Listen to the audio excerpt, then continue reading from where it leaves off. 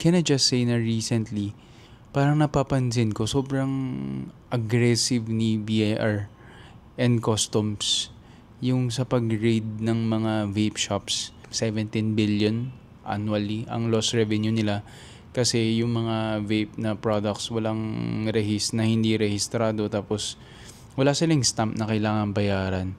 So sobrang aggressive talaga, even the commissioner talagang lumalabas personally sa mga ganitong raids. Parang yung mga nako-confiscate na mga vape products from the warehouses, parang yung mga iba hindi daw dinidestroy, tapos binibenta pabalik sa market ng mga customs na or BR. I don't know if that's true kasi napanood ko lang ata to sa video ni Sen Tulfo eh. At least in my recent memory, like sa tax space and with the BR and everything, parang ngayon ko lang nakitang ganun ka-aggressive yung sa pag-raid ng mga shops and mga warehouses sa ganung vape products. And lastly, I think the BR wants yung mga consumers to report kung may mga vape shops bang yung mga nakatago na yung mga kinukunan ng mga tao pa rin ng mga supplier nila, to report kung sino yung mga vape shops na mga nagbebenta ng walang excise tax na